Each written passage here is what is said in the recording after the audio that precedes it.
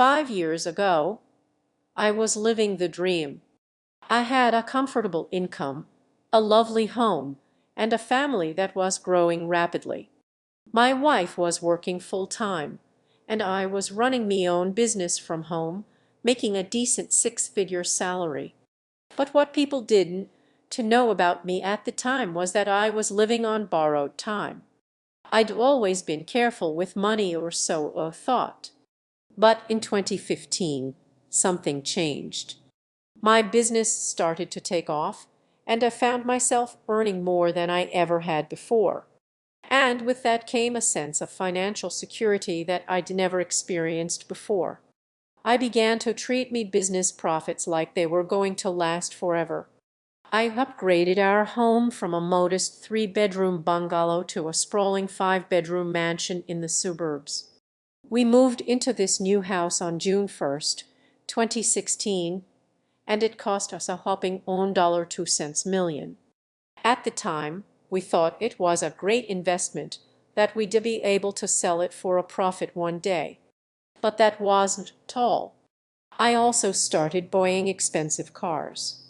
In 2017, I purchased a brand new Mercedes-Benz S-Class for $120,000. And in 2018, I upgraded again to an even prettier Boom 5 at $150,000. My family and friends would often joke about me love of luxury vehicles. And then there were the vacations. We started taking longer, more expensive trips abroad to Europe, Asia, and South America. In 2019, we spent a staggering $50,000 on a 2-week vacation in Bora Bora. It was a wonderful experience, but one that I wouldn't have been able to afford if not for my business profits.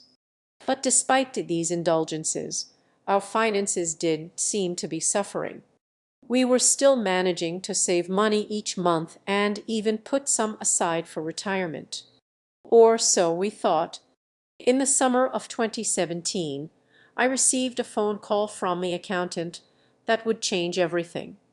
It turned out that our business was making less than I'd thought, and our tax obligations were much higher than expected. We owed the heirs over $200,000 in back taxes, penalties, and interest. At first, I tried to brush it off, thinking we could just pay it off as we went along. But my accountant warned me that this was a ticking time bomb. If we didn't address it immediately, our credit score would take a hit, and our ability to borrow more money in the future would be severely impacted. But what I didn't realize at the time was that this was just the tip of the iceberg. Our bank account balances were still healthy, but our debt-to-income ratio was quietly creeping up. We owed over $300,000 on credit cards alone, with interest rates ranging from 18 to 25. With a high entry, high rate, Tonya very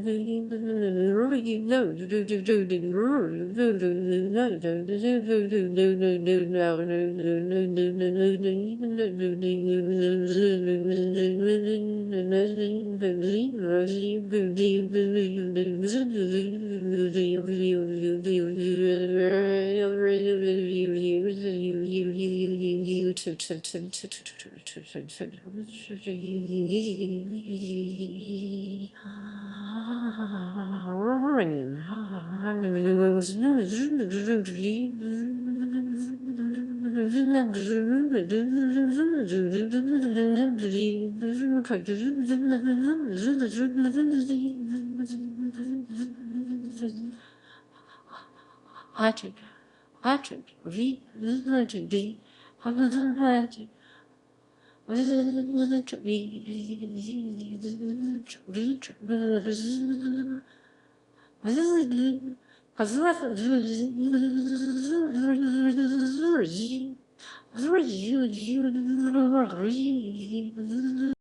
wouldn't be until 2 years later, in 2019, that I realized just how bad things had gotten.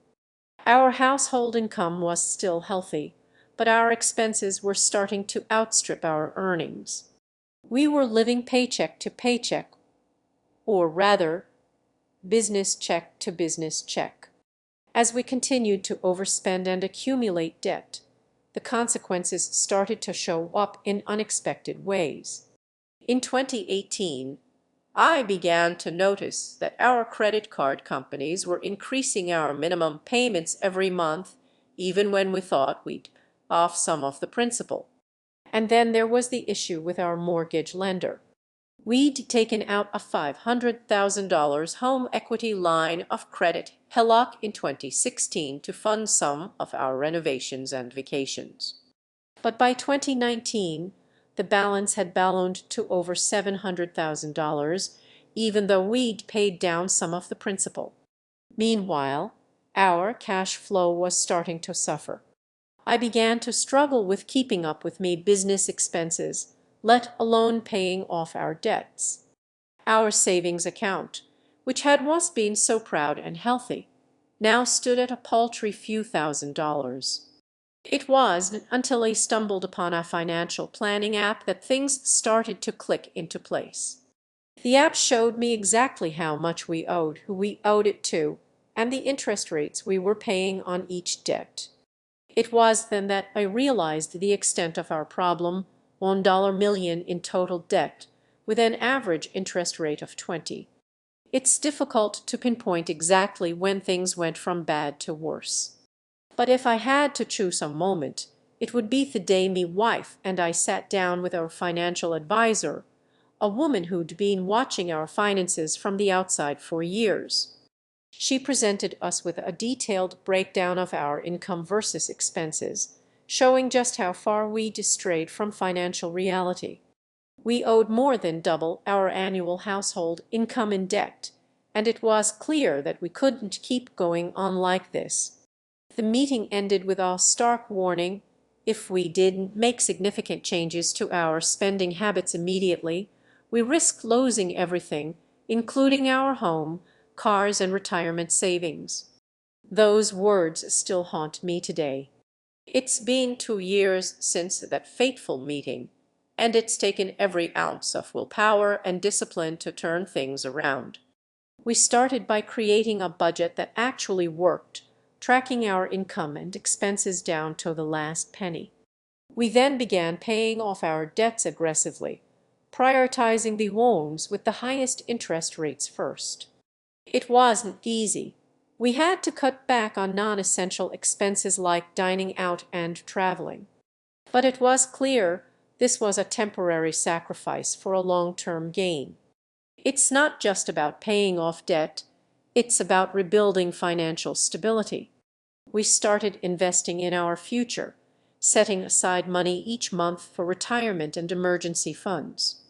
And we've even started to rebuild our credit score, which had taken a hit from all the missed payments and late fees.